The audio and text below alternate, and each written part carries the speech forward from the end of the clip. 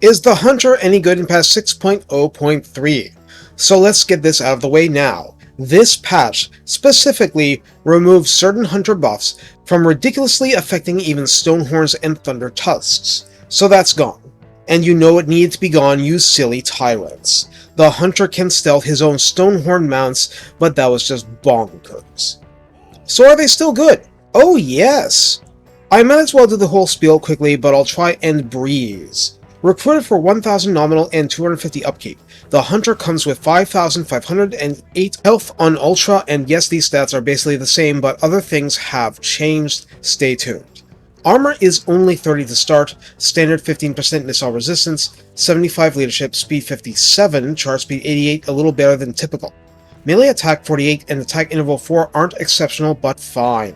Medium splash target size, so human cavalry on down, and max target splash under the new system of 4. Melee defense of 46 isn't awesome to start with, but it's there. Weapon strength 370 is split between base 110 and armor piercing 260, with a bonus versus large of 25, and that is a lot. And yet, the splash max targets damaged is 4, just like other heroes with similar weapon strength. Charge bonus is 50 and mass is 2300. Ranged has an artillery style effect. Did I say before you can damage towers with it? Not your best use, but yeah.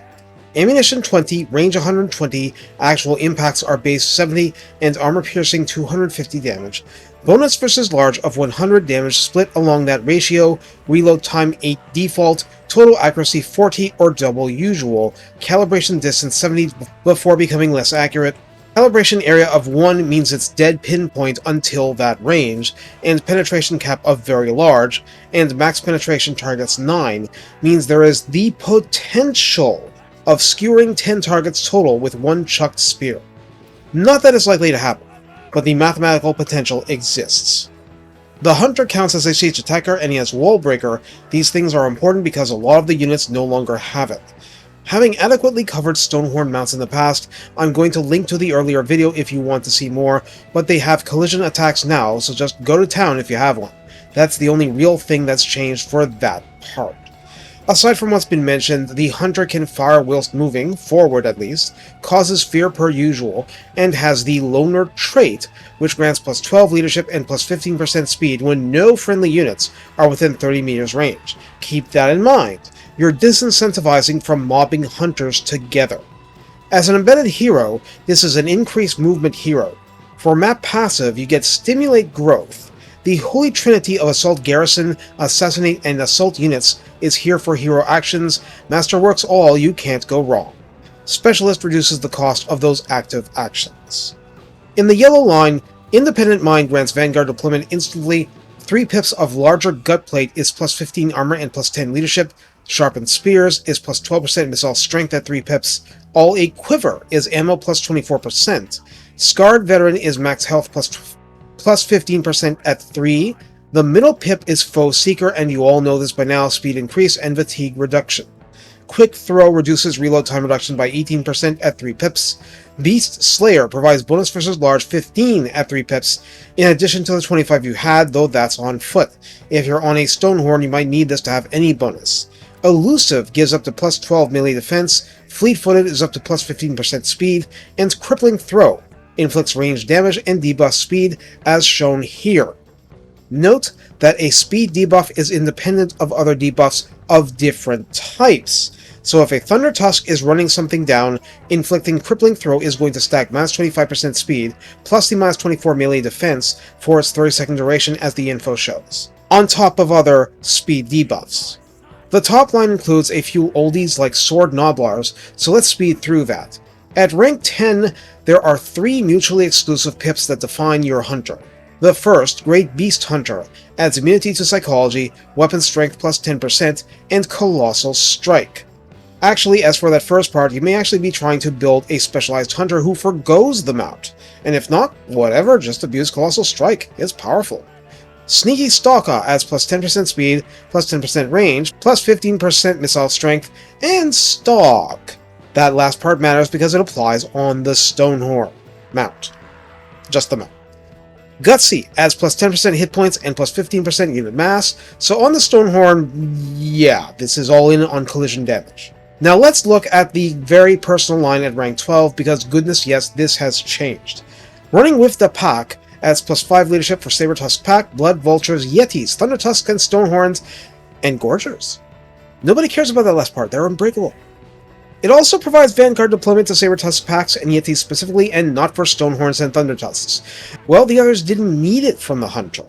Silent Hunters offers speed plus 10% for all the beasties, but offers stalk for Saber-Tusk packs, Yetis, Gorgers, and why is this here? They already have stalk, and Blood Vultures, which did not have it and are a flying unit. So they're flying stealth now because they're quiet. Roaming Free offers upkeep minus 5%, recruitment cost minus 10%, and recruit rank plus 1 for all the beasties. Beastmaster provides immunity to psychology and frenzy for Saber-Tusk packs, Blood Vultures, Yetis, and oh, they got that part right this time. Also an independent plus 10% weapon strength for all of the beast units, which is important, very important. Also to note, that's for rank 7 and above only.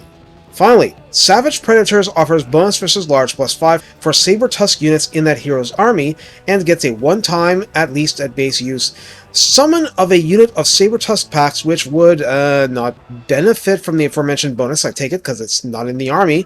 It's a summons, but it's a Saber-Tusk summons. Also, 45-meter range, so that's nice. And yes, Hunters get to summon Saber-Tusks rather than Blood Vultures. That's what CA decided, so there. So how do we use Hunters now that we're in this patch? Well, I haven't tested this to see if the Hunter buffs actually snowball with things like the plus 10% weapon strength, independent of Frenzy. I mean, if you have multiple Hunters. But even if you're just using one per army, this is an awful lot of utility you're getting regardless, even just the increased army mobility. And ramming things with a Stonehorn is not a never wrong, it's just rarely wrong thing. You'll want to specify with your controls if you want the Hunter chucking spears in the middle of regular combat, but broadly speaking, it's just a really good force multiplier and makes up quite a lot for, not being more than 30 armor on foot without traits or yellow line skills put into that, or items. Let's just say the Hunter is very happy to see the Bruiser joining Ogres on the field of battle so that the player will be less tempted to nominate a Hunter as your next best hero to cosplay as a Bruiser and try to do its job. Leaving a Hunter out of an Ogre army using bestial units in it, including Gorgers, is negligence that is borderline criminal, or something more heretical, like fasting.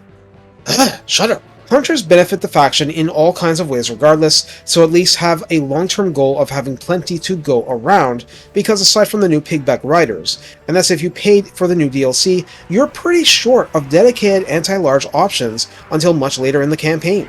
Hunters are useful at any phase of the campaign, just please keep in mind they're not Bruisers, and assuming, again, you actually have the new DLC, you'll really want those tanky heroes to do that job and give Hunters freedom to roam, like the loners they are, chucking spears and taking names, and pelts. Take care and have fun showing the Norska how real hunting is done. Now this is a javelin.